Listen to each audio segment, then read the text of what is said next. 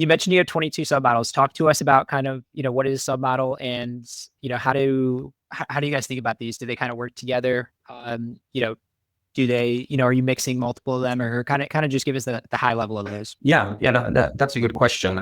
It's always typically when we talk about a submodel, it's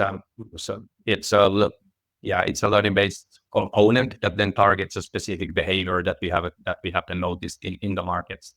One model then, for instance, one submodel could, for instance, be just a simple momentum chasing model that we see that on a specific time frame there seems to be a momentum factor that it wants to capture, and then that same submodel it can trade anything from a few markets to quite many markets. Then where we observe sort of the same kind of behavior, the same kind of factor, and then of course the submodel on its own, it will always whenever it enters into position, every submodel there always the target probabilities on a model level, but also on the individual instrument level that they trade, and whenever it enters into position, there's always stop losses with the targets. There's always the sizing is always depending on the level of confidence in the signal, the strength of the signal, basically the expected holding period, the realized volatility and the expected volatility. So there are a lot of things going into that process when you start to build that submodel and just build that position.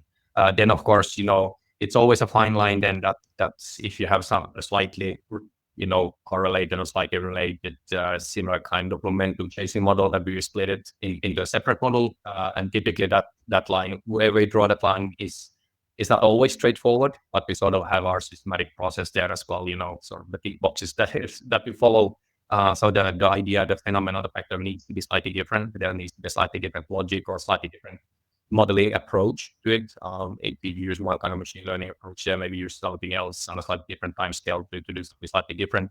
So typically we have different kinds of tests and the characteristics that we look for, where we split those models, because at the end of the day, like briefly mentioned at the beginning, we want, no matter what the information that comes into the model, if it's sort of a directional one or if it's a relative value or if it's a basket model, we want the output of that model to be very, very standardized, which means that we can combine them at the allocation layer, then has much easier job in building or allocating the risk and building a portfolio. So that's naturally why as well, when we talk about submodels, that we try to find those submodels, those things, factors then that again don't correlate too much with what we already have there.